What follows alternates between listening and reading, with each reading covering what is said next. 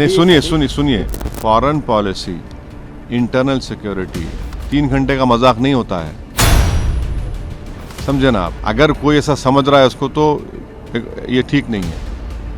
ये रोल जो हमारा पड़ोसी मुल्क जो एक फेल्ड स्टेट है, ये रोल हमको अदा करना चाहिए था। ठीक है, सीज फायर हुआ, अब मासूम लोगों की मौतें कम होंगी, मगर अभी भी वक्त है।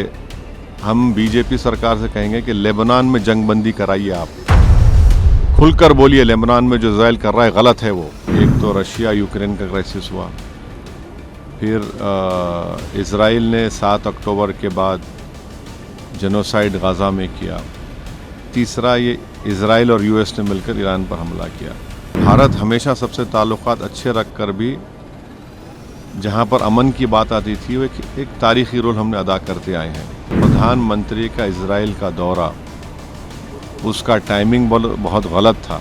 मैं ये कह रहा हूँ कि ये रोल भारत को अदा करना चाहिए था। दुनिया के सामने ये दिख रहा है कि हम इजराइल के साथ खड़े हैं। बड़ा डेलिकेट सीज फायर हुआ है और हमारा मानना यह है कि हालिया सालों में एक तो रशिया यूक्रेन का क्राइसिस हुआ, फिर इजराइल ने 7 अक्टूबर के बाद जेनोसाइड गाज़ा में किया, तीसरा ये इजराइल और यूएस ने मिलकर ईरान पर हमला किया। इन तीनों को आप देखेंगे तो भारत एक ग्लोबल साउथ की एक बहुत बड़ी आवाज़ है और भारत हमेशा सबसे ताल्लुकात अच्छे रख कर भी जहाँ पर अमन की बात आती थी वो एक तारीखी रोल हमने अदा करते आए हैं। मगर मैं फिर से इस बात को दोहरा रहा हूँ कि प्रधानमंत्री का इजराइल का दौरा, उसका टाइमिंग बहुत गलत था। और चौथी बात यह है कि ये आप देख लीजिए कि इनको रिव्यू करना पड़ेगा। हम तो हमेशा इम्पार्शल रहे और हम में इतनी एबिलिटी थी कि हम दो ममालिक अगर जंग कर रहे तो उनको बिठाकर हम बात कराते थे बग़ैर किसी का साइड लिए। तो ये हमको लगता है कि नरेंद्र मोदी की सरकार को ये स्टॉक टेकिंग करना पड़ेगा, रिव्यू करना पड़ेगा कि आखिर क्या वजह है कि एक पड़ोसी मुल्क जहाँ से हमेशा हमको तंग किया जाता है, टेररिस्ट को भिजाकर डिस्टेबलाइज करने के लिए, तो ये बहुत ज़रूरी है कि ये देखें भाई ये ईरान तो हमसे बड़ा करीब रहा है, ज़्यादा तो हमको तकलीफ़ हो रही है। स्ट्रेट ऑफ हॉर्मुज़ है, वहाँ से नहीं आ रहे हैं, गैस नहीं आ रहा हमारे पास। तो सीज़ फायर हुआ है तो उम्मीद करते हैं कि जो एनर्जी क्राइसिस आज देश में है वो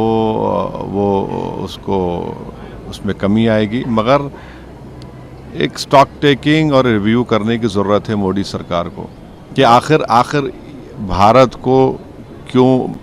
वो रोल क्यों अदा नहीं कर सका जो तारीख़ी तौर पर हम अदा करते आए हैं। और प्रधानमंत्री क्यों गए इजराइल को, और जबकि नेतन्याहू को भारत आना था, वहाँ पर प्रधानमंत्री जाकर जो मैसेज गया है कि हम उनके साथ खड़े हैं। फिर बाद में हमला हुआ, उसके 5 दिन के बाद हम लोग कंडोलेंस दिए।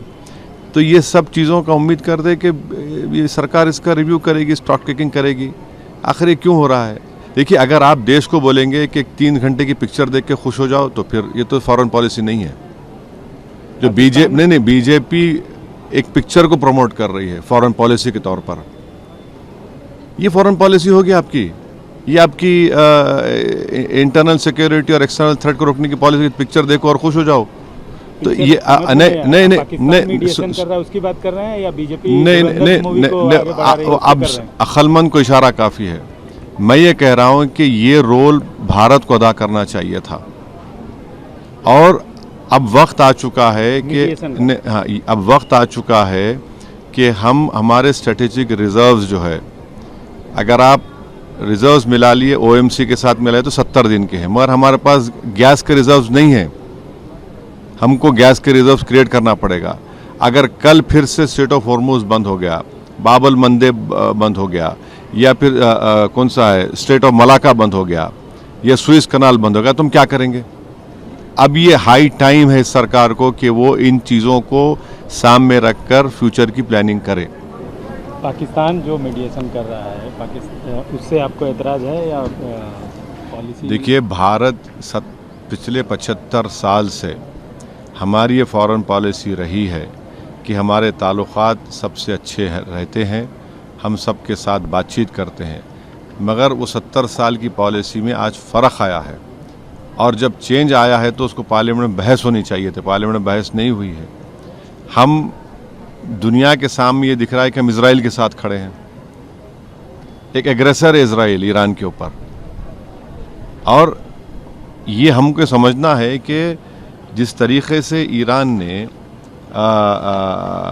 विथस्टूड किया यूएस और इजराइल को, ये तो एक साइन है कि हमको भी खड़े होना चाहिए इनके सो कॉल्ड हरकतों को।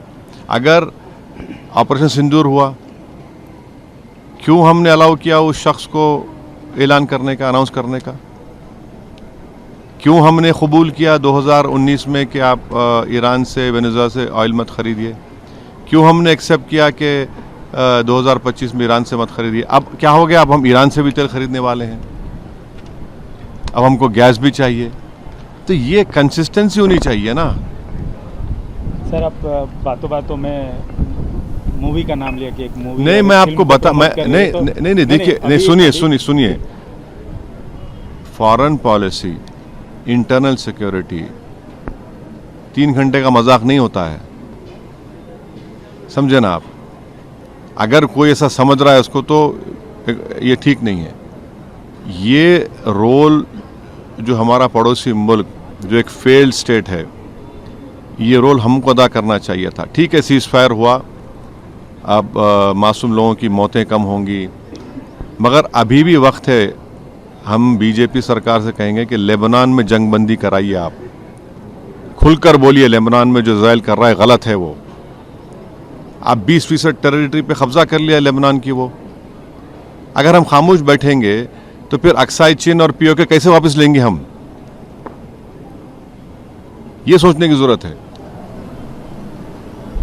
अभी मैं फिर से पूछ रहा हूँ, अभी बीजेपी एक फिल्म को प्रमोट कर, मैं उस सवाल का जवाब देकर जो सीरियसनेस है इस डेवलपमेंट का, उसको कम करना नहीं चाहता हूं मैं।